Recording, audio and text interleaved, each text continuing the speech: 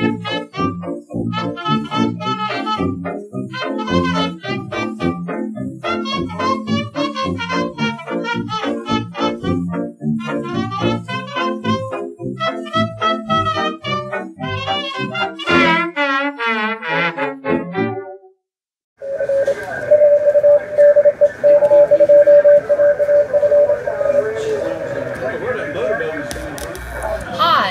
name is Christopher Tate.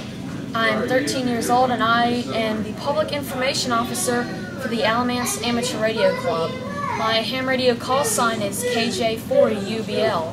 On the radio I would say it as Kilo Juliet 4 Uniform Bravo Lima. Again, I'm with the Alamance Amateur Radio Club and we're in the middle of our annual Field Day event. Field Day is an emergency preparedness exercise. This year it lasts from Saturday, June 22nd at 2 p.m. to Sunday, June 23rd at 2 p.m. So the event runs 24 hours straight, all night. I'm actually going to be here all night long on the radio, 12, 2, 3, 4 a.m., seeing if I can raise anybody, hopefully in California, atmosphere permitting. The Field Day is put on by the American Radio Relay League, which is the National Association for Amateur Radio. Let's take a look around and see who all is operating today. Over here we have the digital station. Currently we're running CW. This is Alan, W4AGT. He's a very fast Morse code receiver. He's working at 30 words per minute right now on a brand new radio, and his MacBook that he runs Windows on. For all of you Windows lovers, boot camp and running dual OSs. This is a fairly new radio, the Elecraft KX3. You'll notice that as there's data being sent and received, that it's appearing up on the screen so that Alan knows exactly what he's receiving. Let's take a look. Thank you, Field Day from W4ET, and he's tuning off frequency so it, wait for it. He's calling CQ Field Day from W4IY, excuse me. CQ means, hey, I'm looking for anybody to talk to. He hears them. He's in Virginia, I can tell you that much. 9 Alpha, Virginia.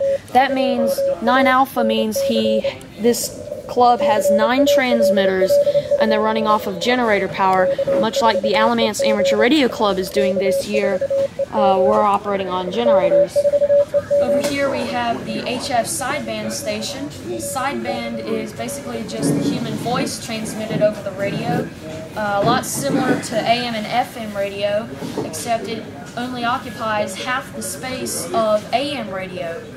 AM modulates on what's called double sideband, where if the transmitter was centered here, you would hear audio both to the left and to the right of that frequency. However, currently we're on upper sideband, the transmitter were here, you would only hear audio up here. So that means about 3 kilohertz above their center frequency, you can hear them. Kilowatt 4, Echo Golf, K4EG. We have Brody, WA4HPQ. QSL, 2 Alpha, North Carolina, I forget his name. KK4FQT. At the log, a lot of us use computer logs due to the simplicity of getting those logs printed and combined into one master log that we submit whenever it's time to send in our contact logs to determine whether we won first place in our category, 2 Alpha category. This is one of the busier stations. And then put in one Echo. They've worked over 110 stations so far, and they're probably going to get many, many more as we go into the night. This is N1MM logger created by a fellow named Tom, whose call sign, of course, is N1MM. This logging software is for all sorts of ham radio contests, and it's wonderful for using at events such as Field Day. It's one of the best free logging programs around that's freely distributed over the internet. Many radios will interface to the computer, and that's what they're doing with this radio. This is the Yaesu FT920. It's a very nice radio for situations like this.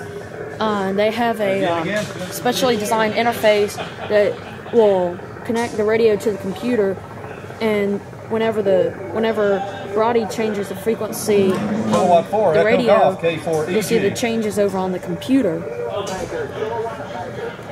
It's helpful to have two people logging, or two people at the radio, so that one can man the mic and the other person with another pair of headphones can manage the computer logging. It just makes the QSO rate, the contact rate, go very high, so that you have many contacts in an hour.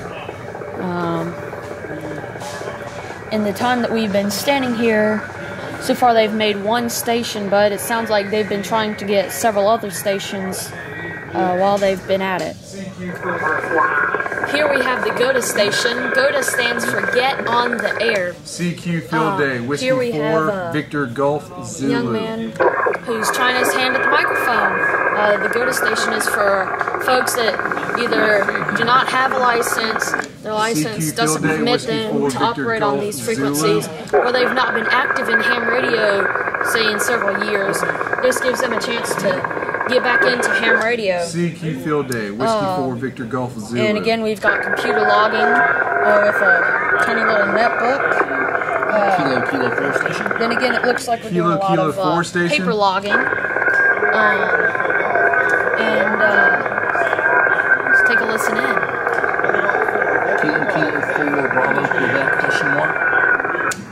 Kilo 4 Bravo Quebec question mark. Sounded like you said golf.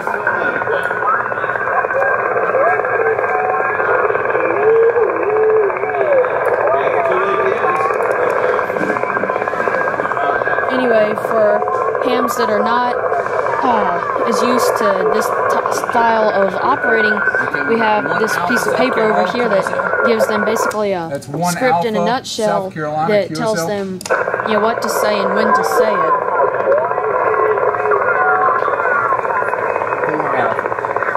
4 Alpha QSL. 4 Alpha QSL.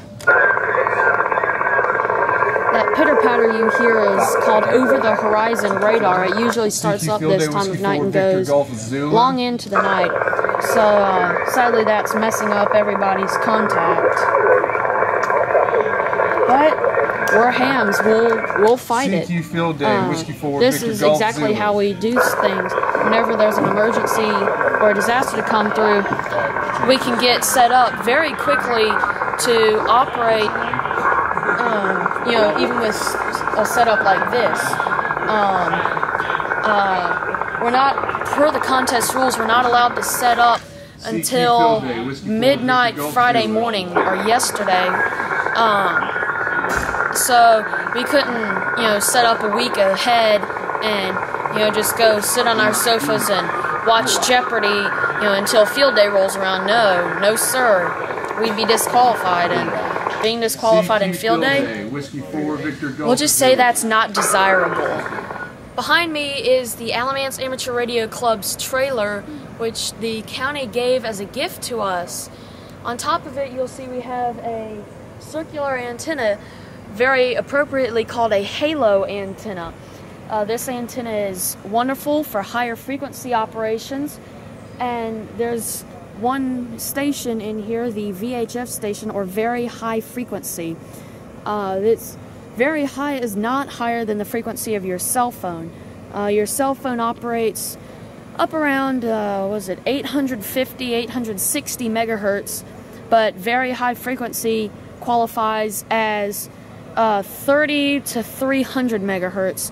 So your cell phone would qualify, I believe, as super high, UHF, ultra high frequency, up in the microwave range. Currently this station is operating at 50 megahertz, or on 6 meters, 6 meters defining the wavelength of the transmission, where you have down at the lowest end of the radio spectrum, you have 1.8 megahertz or 160 meters. The wavelength is 160 meters. One of the most popular bands for folks just getting into the hobby is 2 meters or 144 to 148 megahertz. Many hams who have just got their license will buy a small radio anywhere between $49 and about $700 that will do 2 meters or 70 centimeters, up around 440 megahertz. So without further ado, let's head inside the VHF tent and the trailer and see what all's going on in there. Hope you're having a good field day. This is 34BRC. Okay, thanks. Have a good field day. Good luck. QRZ, the frequency. Kilowatt 4 Echo Golf, field day. K4EG, field day. Hey, Lee. Hey. You're on camera. Oh, hello. This is Lee, K4LAL. He's taking a turn at the VHF station, currently at 50 megahertz. As you can see from our log, the VHF station is not the most popular station around, sadly. Stations will hear us and then we'll lose them, and they'll turn out to be somebody we already talked to. Field day. Kilo 4 Echo Golf. I think the longest QSO award for VHF goes to CQ, field day. Kilo station 4 up in Echo Minnesota Golf. that I talked K4EG, field day. just before 4 p.m. this afternoon. He barely heard me. So we made Texas. Yeah, we North got Texas. Is that farther than Minnesota? Probably. I mean, it's probably close to being probably close. Yeah, probably. I think you're probably right. But Lee's right. We did also get Texas. CQ, field day. Kilo 4 Echo Golf. But K4EG, it's never, field like day. I said, it's never been the most popular station around. However, many clubs will operate it. One station up in Maryland comes to mind. They always have a humongous operation. Several years ago, they had 50 transmitters, all running off of a handful of generators. CQ. So let's take a listen in and see if Lee gets anybody. K4EG, field day. You better find somebody to talk to. CQ, field day. Kilo 4 Echo Golf. K4EG, field day. I wouldn't be surprised if nobody answers. CQ, Kilo 4 Echo Golf. K4EG, field day. Kilowatt 4 Echo Golf. A watering hole is basically a frequency where many stations are operating in hopes of raising somebody else over the radio. CQ, hello, CQ, field day. K4EG, Kilo 4 Echo Golf. And finally, we have the satellite station run by our friend Peter, AI4UE. Up here we have a satellite antenna that is called an ARRL antenna for azimuth elevation. He can, as you can see, point it in any direction so that it lines up with whatever satellite he's trying to talk to. I know that today he was trying to work through 2 amateur satellites called AO50 and SO27. Or maybe I got them backwards. I think it's AO27 and SO50. Well, anyway, several computer programs will automatically follow the antennas, and program is here. Yeah, he's got the program on his computer, and you can tell it to track a given satellite, and if your antenna is properly oriented and calibrated so that it knows where north and 0 degrees elevation is, it'll track any satellite when it's going overhead. I recall back in March, I believe it was, the International Space Station passed over McNair Elementary School over in Greensboro, and they did an International Space Station contact, and the antenna was a lot like Peter's. They had a computer program that would track the satellite using the antenna and automatically adjust the antenna so that as the antenna was passing overhead, it would automatically twist and rotate the antenna to stay lined up with the satellite so that they could continue their contact. Inside the satellite station, there's a lot more stuff that's going on. Peter's got several radios and meters that show the status of his various radios. Powering all of this is a large solar power unit, which we'll get to in a minute. Peter uses several different computer programs. He's got a very nice radio that he's currently adjusting the frequency on.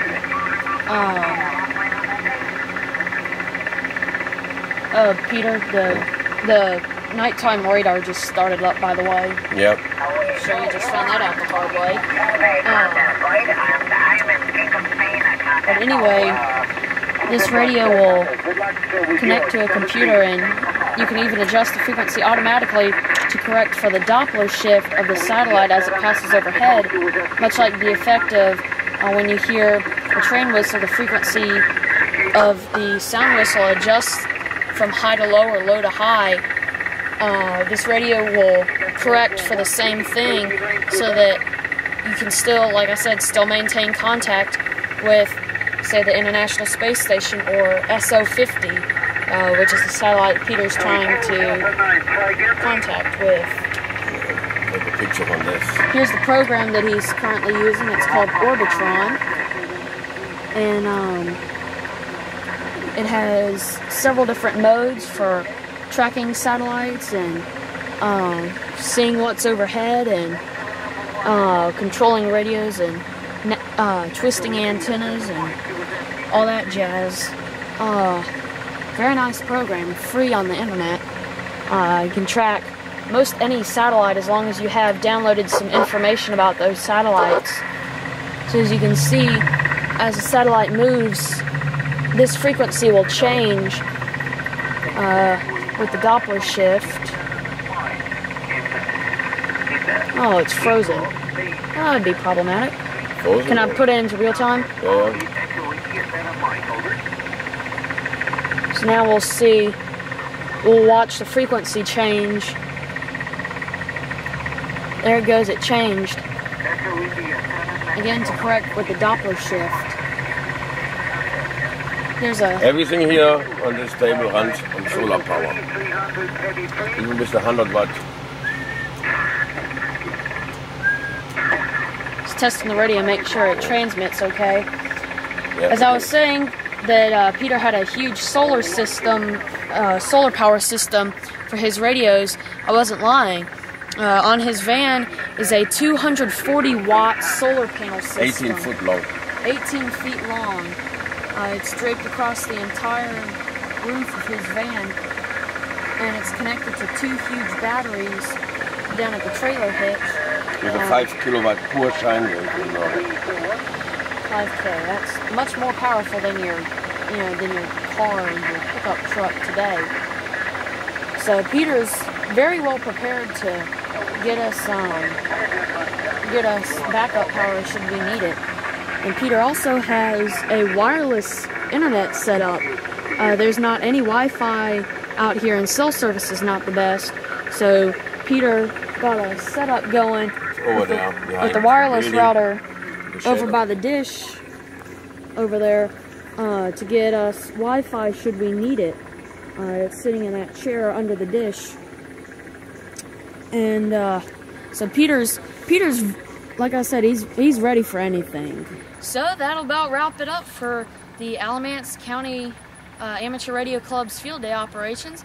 I'm standing next to my dad's 31-foot tall antenna. It's called an Eagle 1. And again, this is Christopher Tate, KJ4UBL, with the American Radio Relay League's Field Day. Thanks for watching, and I hope you want to learn more about Field Day. To learn more about Field Day, check out www.arrl.org/field-day. arrl.org/field-day. The Alamance Makers Guild is a group of talented and creative makers located in Alamance County, North Carolina, and is sponsored in part by Harris Educational, makers of reinventing science kits like Reinventing Edison Build Your Own Light Bulb.